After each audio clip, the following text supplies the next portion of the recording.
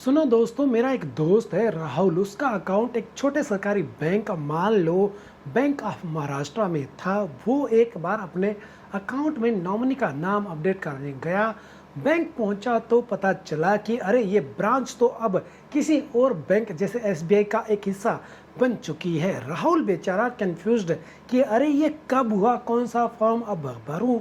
उसका तो सिर घूमने लगा। ये जो राहुल के साथ हुआ है ना दोस्तों, ये अब लाखों लोगों के साथ होने वाला है, क्योंकि बैंक मर्जर 2.0 की खबर अब ऑफिशियल लीक हो चुकी है। गवर्नमेंट ऑफ इंडिया 2027 तक देश के सरकारी बैंकों का पूरा चेहरा बदलने वाली है। दोस्तों, आपका बैंक अकाउंट कौन से बैंक में है? क्या आपका बैंक भी अब किसी बड़े बैंक में मर्ज होने वाला है? क्योंकि बॉस, सरकार ने साल 2027 तक एक ऐसा सीक्रेट प्लान बना लिया है जिसके बाद देश में सिर्फ 7 से 8 सरकारी बैंक ही बचेंगे। कौन से बैंक मर्ज होंगे, क्यों होंगे और आपके पैसे का क्या होगा? कहीं आपकी बैंक ब्रांच न गायब हो जाए। चलो 5 से 6 मिनट की इस वीडियो में सब बताता हूँ। वीडियो को एंड तक जरूर देख लेना।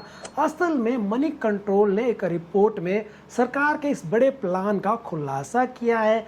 ये जो है 2 फेजेज में होने वाला है। फेज नंबर 1, इसमें 4 छोटे सरकारी bank, bank of India, bank of Maharashtra, central bank of India और Indian overseas bank IOB bank को 3 बड़े बैंकों में मर्ज किया जाएगा। ये 3 बड़े बैंक है एसबीआई यानी state bank of India, Punjab national bank और बैंक ऑफ बड़ौदा। यानी इन 4 बैंकों के ग्राहक अब इन 3 बड़े बैंकों के ग्राहक बन जाएंगे। देखिए, सरकार की सोच सीधी है। वो चाहती है कि देश में 5-6 बहुत बड़े और मजबूत सरकारी बैंक हो जो इंटरनेशनल लेवल पर टक्कर दे सके। अब जानते हैं कि वो कौन सी चीज है जो मर्जर तय करती है। अच्छा, अब एक इंटरेस्टिंग बात बताता हूँ। ये मर्जर सिर्फ नाम देकर नहीं होता है, इसके पीछे बहुत बड़ा टेक्निकल रीजन भी होता है। Core banking software. जी हाँ दोस्तों, जो कोर बैंकिंग सॉफ्टवेयर है उसके ऊपर भी ये मर्जर डिसाइड करते हैं। जिस बैंक का सॉफ्टवेयर मैच करता है उसी का मर्जर आसानी से होता है। जैसे बेंसीएस सॉफ्टवेयर वाले बैंक, टीसीएस का बेंसीएस सॉफ्टवेयर जिसे मुख्य रूप से एसबीआई बैंक यूज करता है, इसलिए ज्यादा चांसेस है कि जो बैंक इस बेंसीएस यूज करते हैं जैसे बैंक ऑफ महाराष्ट्र या सेंट्रल बैंक ऑफ इंडिया, वो सीधे एसबीआई में मर्ज हो जाएंगे। पिनेकल सॉफ्टवेयर वाले बैंक, जी हाँ दोस्तों, ये जो है इन्फोसिस का एक सॉफ्टवेयर है जो सबसे ज्यादा यूज किया जाता है। इसलिए पीएनबी और बैंक ऑफ बड़ौदा में वही बैंक मर्ज होंगे जो पिनेकल या उससे मिलते जुलते जो सॉफ्टवेयर है उस पर काम करते हैं, जैसे कि आपका आईओबी बैंक या बैंक ऑफ इंडिया। हालांकि bank of India market cap के हिसाब से काफी बड़ा बैंक है, इसलिए हो सकता है कि सरकार इसे किसी बड़े बैंक के साथ मर्ज न करके इसे एक स्टैंड अलोन मजबूत बैंक बनाए रखे। लेकिन प्लान तो यही है कि इसे भी पीएनबी या बीओबी के साथ मिलाया जाए।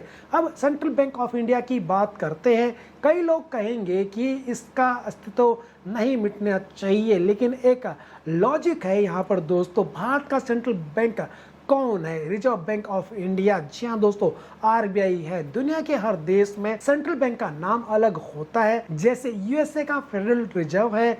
चूंकि सेंट्रल बैंक ऑफ इंडिया नाम आरबीआई से मिलता जुलता है, इसलिए सरकार शायद इसका नाम बदलकर या इससे किसी बड़े बैंक यानी एसबीआई में मर्ज करके इसकी पहचान खत्म कर सकती है। अब यहाँ पर आपको ये बता देता हूँ कि छत्तीसगढ़ में पहले जो ग्रामीण बैंक चलता था वो सेंट्रल बैंक ऑफ इंडिया की ऑपरेट करता था, लेकिन अचानक से सारा डाटा जो है ना एसबीआई में ट्रांसफर हो गया। इसका मतलब है दोनों बैंक के बीच कोलैबोरेशन या मर्जर की तैयारी पहले से ही चल रही है। अगर यह पूरा मर्जर प्लान सक्सेसफुल होता है तो साल 2027 के बाद देश में ये सिर्फ 7 बड़े सरकारी बैंक बच सकते हैं। स्टेट बैंक ऑफ इंडिया यानी SBI bank, Punjab national bank PNB bank, bank of Baroda यानी BOB bank, union bank of India, Canara bank, bank of India. अगर यह मर्जर नहीं हुआ तो फिर ये इंडियन बैंक बच जाएगा। यानी आपको अपनी बैंक की जो पासबुक है, चेकबुक है और जो आईएफएससी कोड है बदलने के लिए तैयार रहना है। दोस्तों, अब आप मुझे कमेंट में ये बताइए, आपका अकाउंट जो है इन 4 बैंकों में से किस बैंक के अंदर है? क्या आपको लगता है कि किस बैंक में ये मर्ज हो सकता है? कमेंट करके जरूर बताना। वीडियो दोस्तों अगर आपको पसंद आया तो प्लीज वीडियो को लाइक जरूर कर देना, अपने परिवार और दोस्तों के साथ शेयर जरूर कर देना और ऐसे काम की बातें जानने के लिए चैनल को सब्सक्राइब भी जरूर कर लेना। दोस्तों मैं फिर मिलता हूँ आपसे किसी नई वीडियो में, जब तक जय हिंद।